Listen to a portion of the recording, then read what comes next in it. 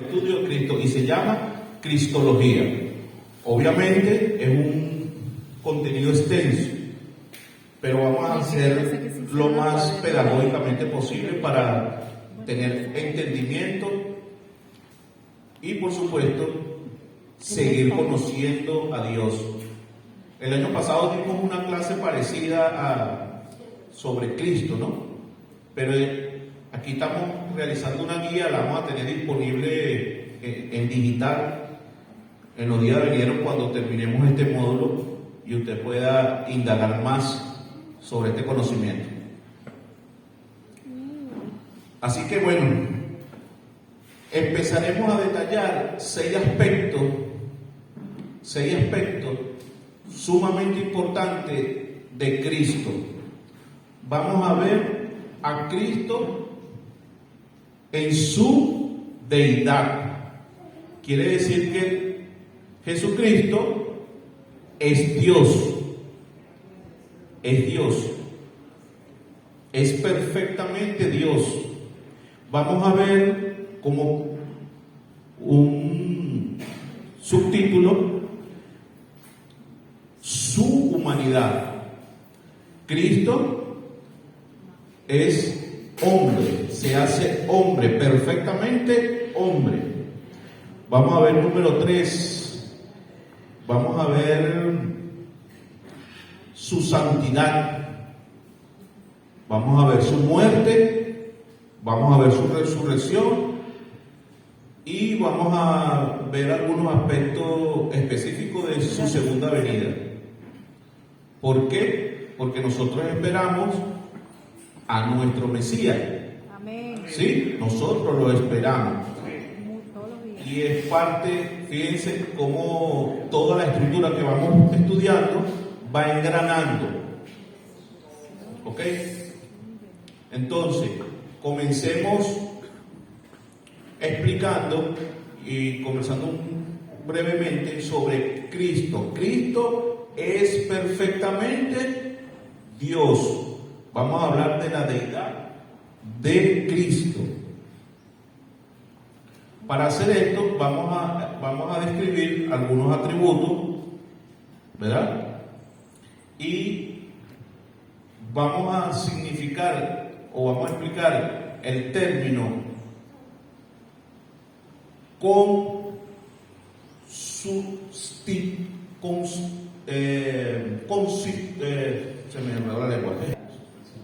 consustancial. Eso. Y quise darle la introducción porque allí vamos a reflejar lo que son los atributos que ya vimos la semana pasada. Los atributos de Dios no comunicables. ¿Cuáles son estos? Son eternidad, infinidad, ¿sí? Estos atributos divinos, de naturaleza divina, pues también lo posee Jesucristo.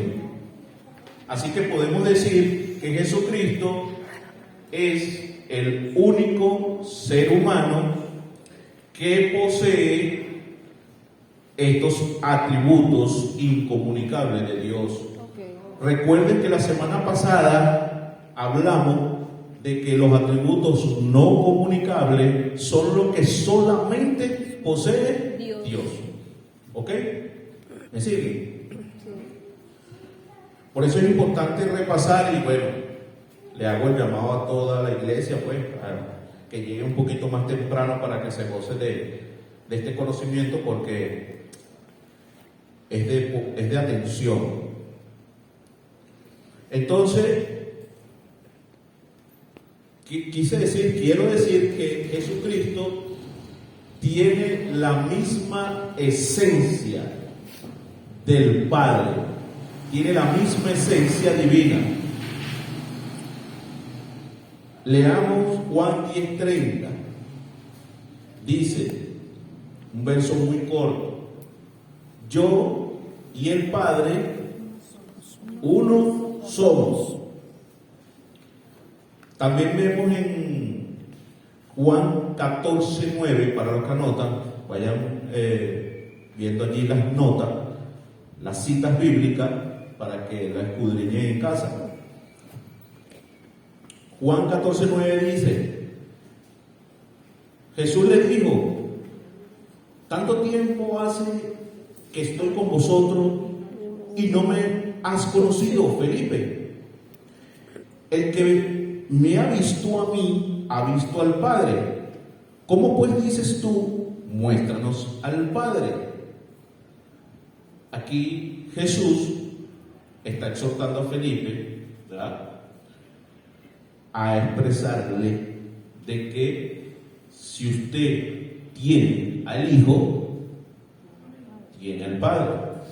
¿Sí? Entonces ya vamos viendo la importancia de la cristología, ¿no? Y la esencia y los atributos de Cristo. Entonces vemos que Jesús mismo se declara Dios, declara su deidad públicamente. ¿Ok? Fíjense que aún ustedes saben que en el Éxodo 3:14, si no me equivoco, Moisés le pregunta, 3:14 de Éxodo, ¿quién dice que soy? Y él respondió, y le respondió Dios a Moisés, yo soy el que soy. Y le dirás, y así le dirás a los hijos de Israel, yo soy, me envió a vosotros. ¿Ve? Entonces estamos viendo en el Antiguo Testamento la respuesta contundente de parte de Dios, pero aquí hay una respuesta similar o igual en el Nuevo Testamento. ¿Sí? Está en Juan 8, 56 al 58. Abraham, vuestro padre, se gozó de que había de ver mi día, y lo vio y se gozó. Entonces le dijeron a los judíos, aún no tienes 50 años y has visto, antes que Abraham fuese, yo soy. Entonces, aquí hay este verso, deben de escudriñarlo, porque fíjense que no está sujeto al tiempo. Es una expresión de un tiempo continuo donde se pasea del pasado y va al presente. Dice, antes que Abraham fuese, yo soy. O sea, Dios va a ser, como lo dijimos en la oración, ¿verdad? Dios por los siglos de los siglos. ¿Sí? Amén. Entonces, vemos la respuesta, la misma respuesta de parte de Dios Padre, la vemos en Jesús. ¿Sí? La vemos en Jesús. Y le dice, yo soy. ¿Sí? Entonces, queda demostrado, y por supuesto hay más textos bíblicos que podamos profundizar, pero por temas de tiempo debemos avanzar rápidamente. Pero es pues bastante material que demuestra que Jesús es Dios.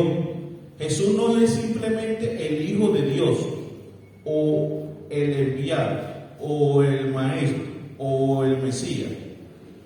No, Dios es Dios. Perdón, Jesús es esta doctrina, esta sana doctrina, ¿verdad? Debe de multiplicarse, puesto hay iglesias, congregaciones que niegan la deidad de Jesucristo, la niegan, diciendo que simplemente es el Hijo de Dios o simplemente es el profeta, como dicen los musulmanes. No. La Biblia declara que Jesús es Dios, declara y explica su deidad, su condición igualitaria con el Padre. Amén. ¿Ok? Avancemos. Asimismo, Asimismo, Cristo es perfectamente hombre. Ya vimos que es perfectamente Dios.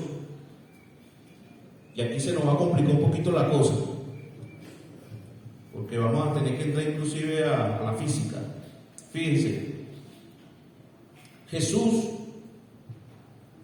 es encarnado. Como ustedes saben, en Juan lo relata, el verbo se hizo carne. ¿Ok? Carne.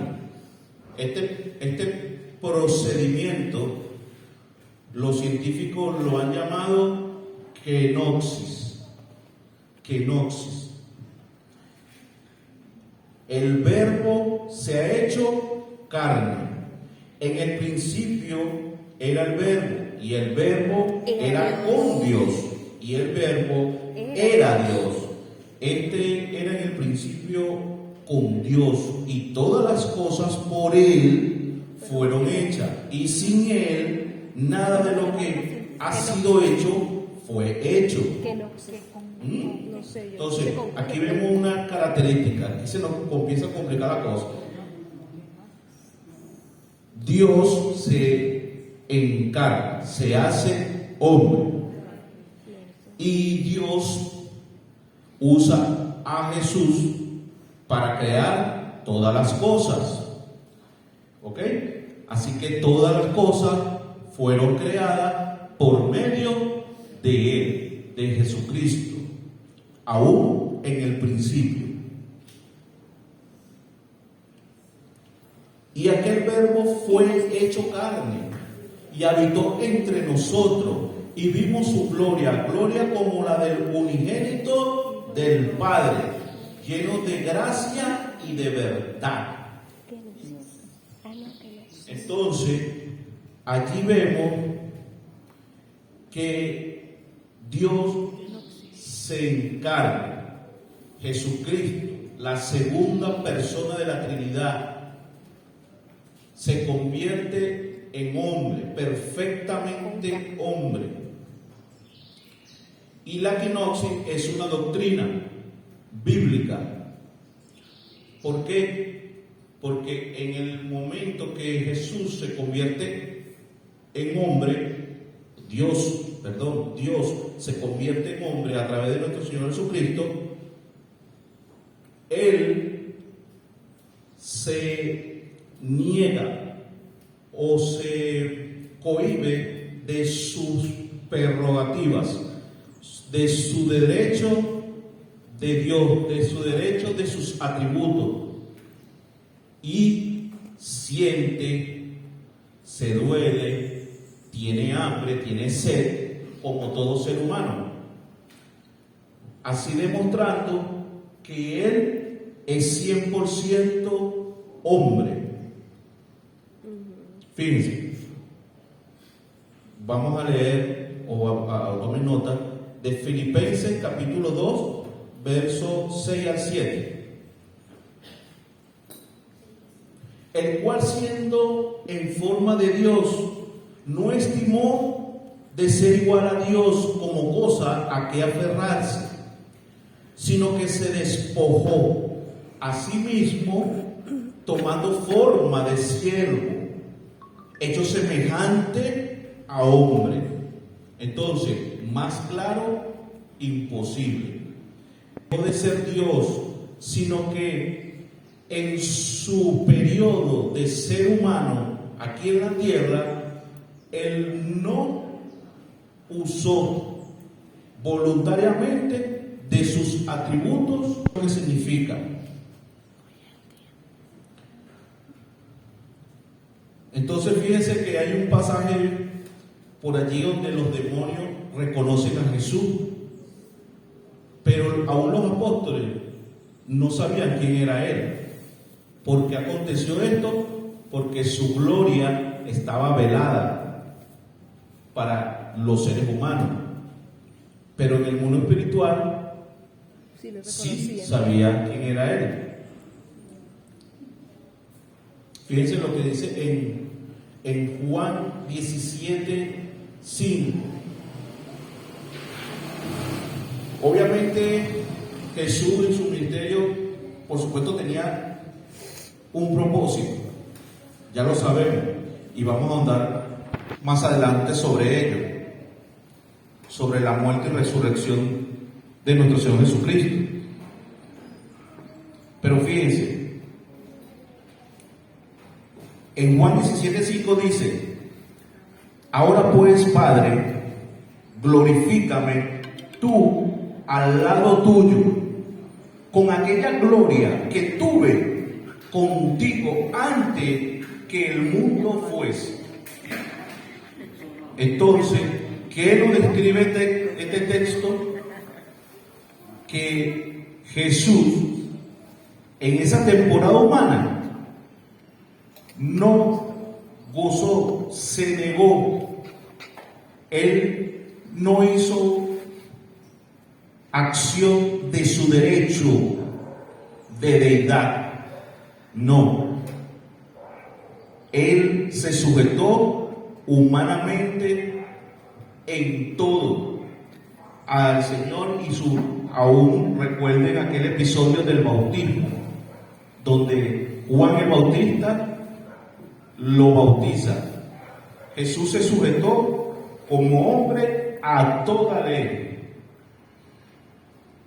y se negó, no usó su naturaleza divina en toda la temporada que tuvo en la tierra. Dice en la Escritura que aproximadamente 33 años.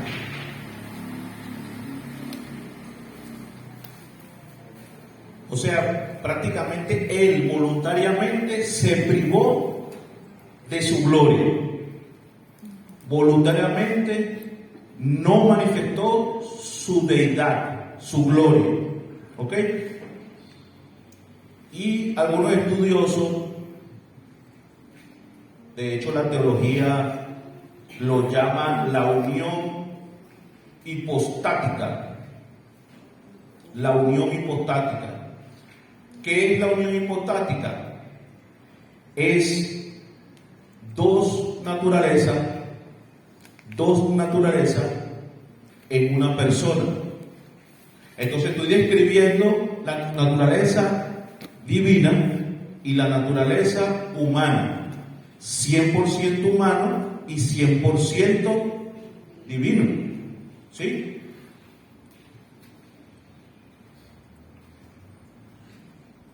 Entonces, ¿qué es la unión hipostática? Es la unidad indivisible de dos naturalezas. ¿Sí me sigue? Amén. Vamos bien, vamos entendiendo que es algo complejo el tema de que muchos critican que bueno, Dios o Jesús aguantó 39 latigazos porque era Dios, ¿no?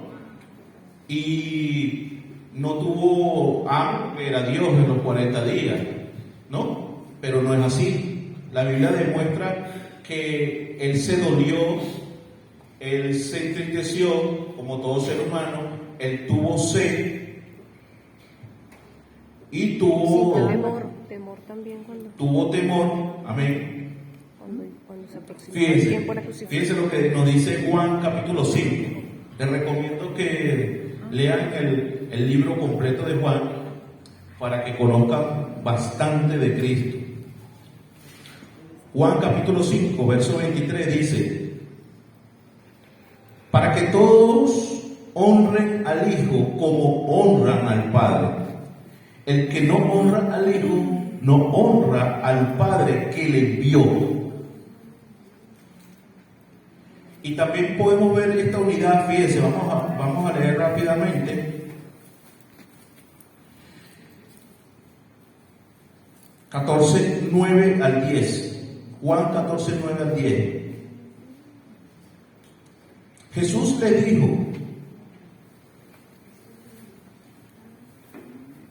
aquí repetimos el mismo texto porque va consono con el principio de unidad. ¿Sí? ¿No crees que yo soy el Padre y el Padre en mí.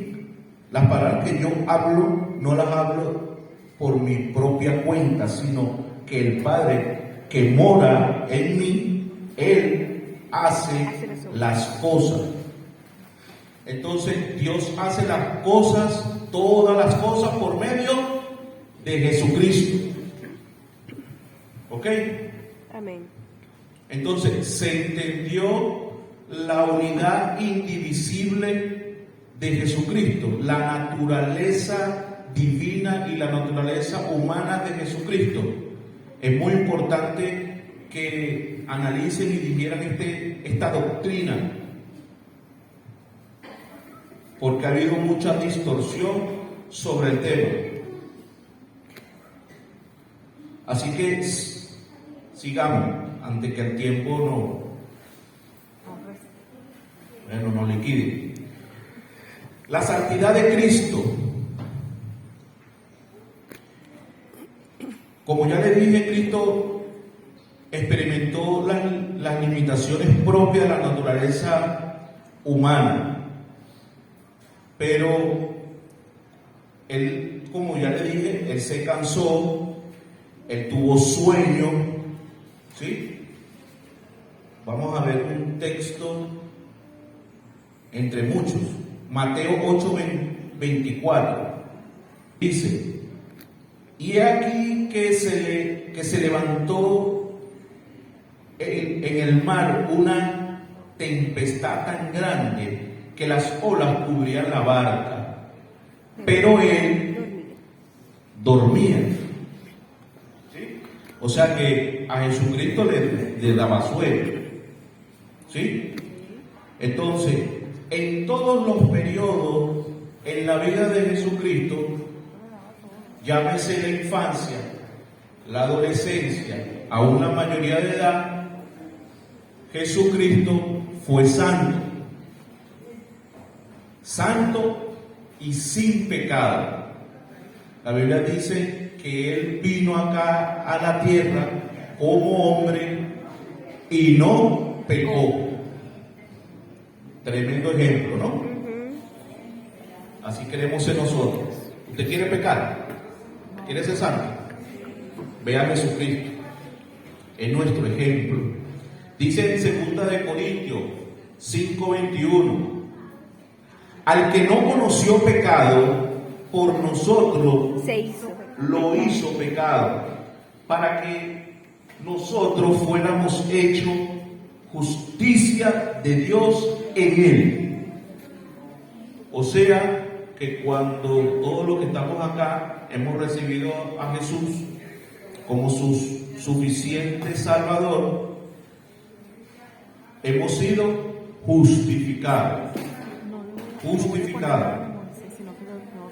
Muerto en el pecado, pero vino Jesús y nos libró de ese pecado. Y todo esto lo vamos a ver cuando veamos algunos detalles de lo que significa la muerte de Cristo, la muerte redentora de Cristo. Jesucristo se llevó nuestro pecado. Pecado que usted y yo debíamos pagar. Y viene Dios a hacer ese cordero inmolado. Viene el Señor a pagar. Y esa acción es descrita como expiación. La expiación es la paga de una deuda, de nuestra deuda, de nuestro pecado. Eso hizo el Señor con su muerte, la muerte redentora, la expiación, el pago. Él pagó todas nuestras deudas. ¿Ok? Lo que nosotros deberíamos haber pagado. ¿Ok? Entonces, en Juan, capítulo 1, verso 29, dice: el siguiente día vio Juan a Jesús que venía a él y dijo: he aquí el Cordero de Dios que quita el pecado del mundo. ¿Qué representa el Cordero? Representa el sacrificio, el derramamiento de sangre y por supuesto la obediencia y la fe.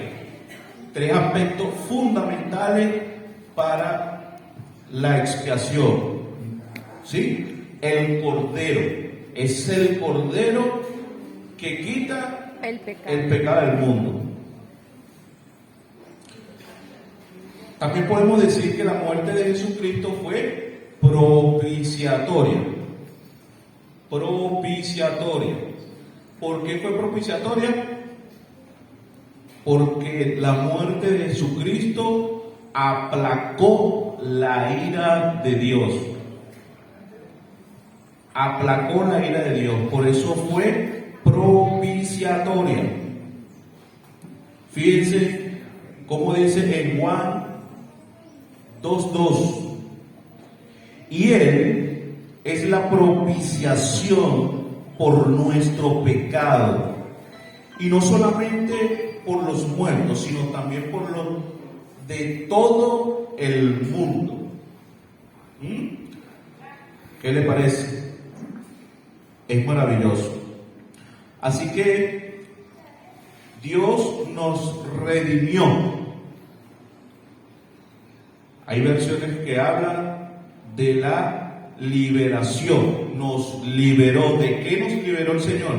Gracias, hermana Bella. La muerte eterna. De la muerte eterna, de la separación eterna. Por medio de su sangre y muerte sacrificial, voluntaria y vicaria. ¿Habían escuchado este término? La muerte de Jesucristo también fue vicaria. No es otra cosa que sustitutiva.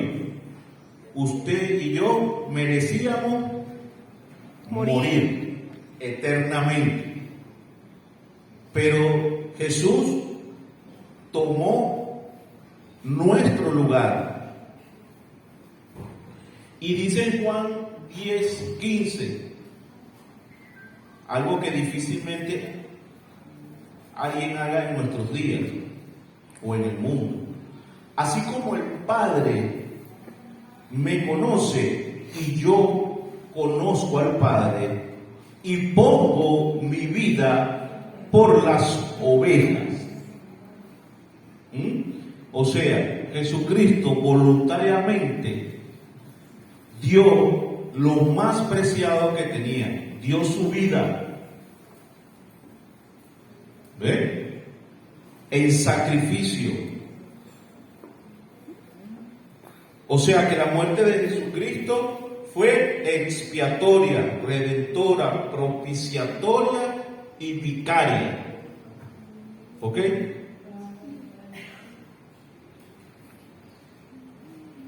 Entonces, vamos viendo con claridad parte del propósito de la vida en esta tierra de Jesús.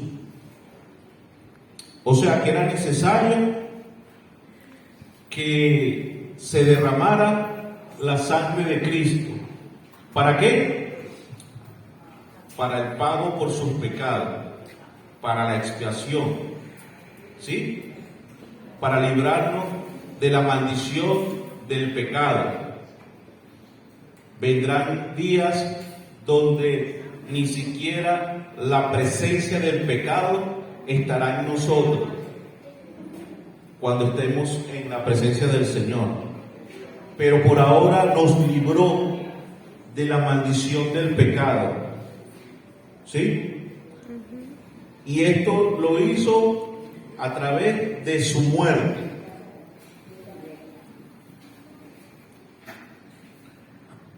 Proseguimos con el próximo acontecimiento estrechamente a la muerte, la resurrección de Jesús.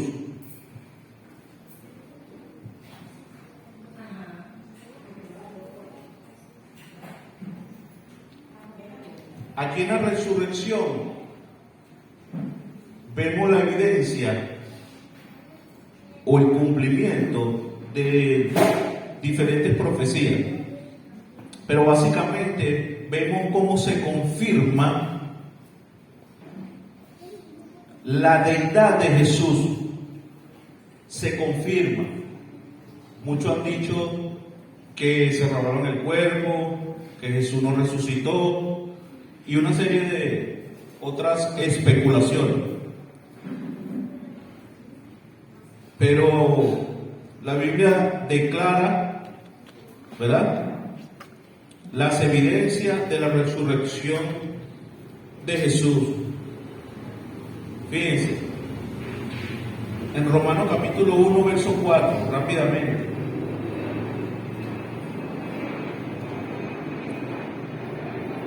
Que fue declarado Hijo de Dios con poder, según el Espíritu de Santidad, por la resurrección de entre los muertos. ¿Ok? Es palabra de Dios. La resurrección viene a evidenciar la deidad de Dios, porque nadie más ha podido resucitar. Resurrección no es lo mismo que revivir. Recuerde que en el contexto bíblico también encontramos a un Lázaro que el Señor lo levantó. Pero sabemos que Lázaro, posterior a esto, muere físicamente. ¿Ok? Y podemos ver la tumba de todos ellos. Así que, pendiente con esto.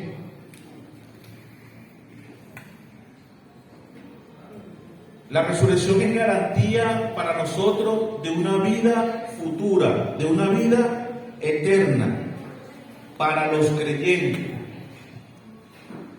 Y vamos a leer rápidamente acá Romanos 6:4. Fíjense, porque somos sepultados juntamente con Él para muerte por el bautismo, a fin de que cuando Cristo resucitó de los muertos para la gloria del Padre, así también nosotros andemos en vida nueva. ¿Qué quiere decir esto? Que a través de la resurrección de Cristo, ¿verdad?, nosotros tenemos una vida nueva en todo su contexto. ¿Cómo debemos de vivir? Como si tuviéramos una vida nueva. Fíjense, vamos a leer aquí un texto un poquito extenso, pero es necesario. En Romanos, seguimos con Romanos 6, seguimos con el verso 5.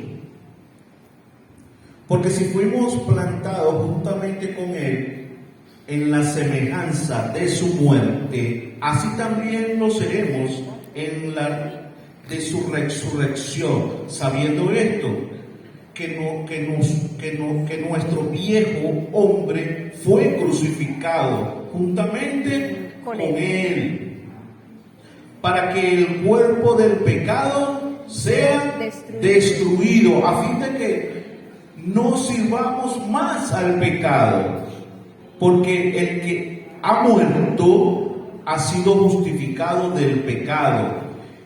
Y si morimos con Cristo, creemos que también viviremos con Él, sabiendo que Cristo, habiendo resucitado de los muertos, ya no muere. La muerte no se enseñoreará más de Él, porque en cuanto murió, al pecado murió una vez por todas, mas en cuanto vive, para Dios vive. Esto en todo el contexto de la palabra, entiéndase. Tenemos nueva vida en Cristo. Tenemos nueva vida en Cristo. Y vivimos como si naciéramos de nuevo, como lo dio Ronnie en las clases en el módulo pasado. el nuevo nacimiento, ¿se recuerda? El nuevo nacimiento. Amén. A eso se refiere. Entonces, ¿qué nos da la resurrección de Cristo? La garantía de una nueva vida, por supuesto, de vida eterna. Pero aquí estamos enfocando, o nos quisimos enfocar esta enseñanza en la nueva vida que usted y yo deberíamos de vivir. Amén. Una nueva vida. Entonces, el viejo hombre, destruyámoslo, ¿no? A la destrucción. ¿Sí? Y es muy extenso, todo es muy extenso, pero es necesario que sepan el fundamento y la naturaleza de Jesús. Y por último, ya vamos a terminar, vamos a relatar el fundamento de nuestra fe, porque todo esto hasta este punto ha acontecido. Pero hay un escenario que aún no ha acontecido, que es la segunda venida de Cristo. Y es importante, esto lo vamos a ver un poquito con más profundidad cuando estudiemos la doctrina de la escatología, del estudio de los acontecimientos por venir, pues, de los hechos por acontecer proféticamente.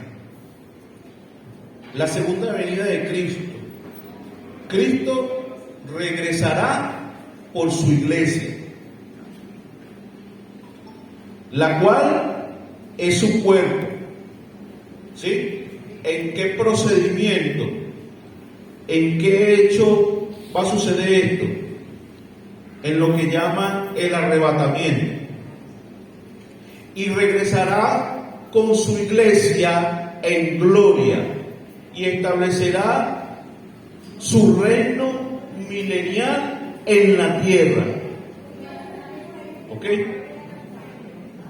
Entonces, fíjense, hay 3 puntos importantes aquí, ¿no? 1, debemos estar alerta, debemos de santificarnos, debemos de crucificar al hombre, al viejo hombre, ¿sí? ¿Por qué? Porque Cristo vendrá por su iglesia. ¿Qué representa la iglesia? Su cuerpo. Entonces, si Él es la cabeza, nosotros somos el cuerpo. ¿Sí? Vean cómo va engranando toda la palabra de Dios. Fíjense. Vamos a leer un poquito de Biblia acá. Vamos a leer Hechos, capítulo 1, versos 9 al 11.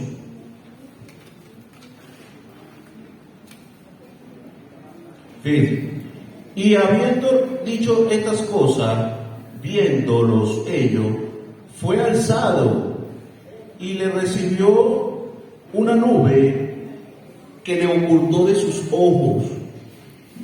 Y estando ellos con los ojos puestos en el cielo, entre tanto que él se iba, he aquí se pusieron junto a ellos 2 varones con vestiduras blancas, los cuales también le dijeron: varones Galileos, ¿por qué estáis mirando al cielo? Este mismo Jesús que ha sido tomado de vosotros al cielo, así vendrá como le habéis visto ir al cielo. Entonces, aquí vemos en Hechos, capítulo 1, cómo esta profecía está por cumplirse. La estamos esperando. Así como ustedes vieron que se fue, vendrá. ¿Sí? ¿Quién va a venir? Jesucristo. ¿Sí? Esto es muy importante que usted dijera esta doctrina. Su cuerpo fitness. porque es el fundamento de nuestra fe, es lo que esperamos nosotros. Y también podemos ver por acá un texto un poquito más extenso en primera de Tesalonicenses, capítulo 4, versos 13 al 18. Voy a leerlo lo más rápido posible. Ya estamos terminando. Tampoco queremos, hermanos, que ignoréis acerca de los que duermen, para que no os entristezcáis como los otros que no tienen esperanza. Porque si creemos que Jesús murió y resucitó, así también traerá Dios con Jesús a los que durmieron en Él. Por lo cual os decimos esto en palabras del Señor, que nosotros que vivimos, que habremos quedado hasta la venida del Señor, no precederemos a los que durmieron, porque el Señor mismo, con voz de mando, con voz de arcángel y con trompeta de Dios, descenderá del cielo, y los muertos en Cristo resucitarán primero. Luego nosotros, los que vivimos, los que hayamos quedado, seremos arrebatados juntamente con ellos en las nubes para recibir al Señor en el aire, y así estaremos siempre con el Señor. Por tanto, alentaos unos a los otros con estas palabras. Es necesario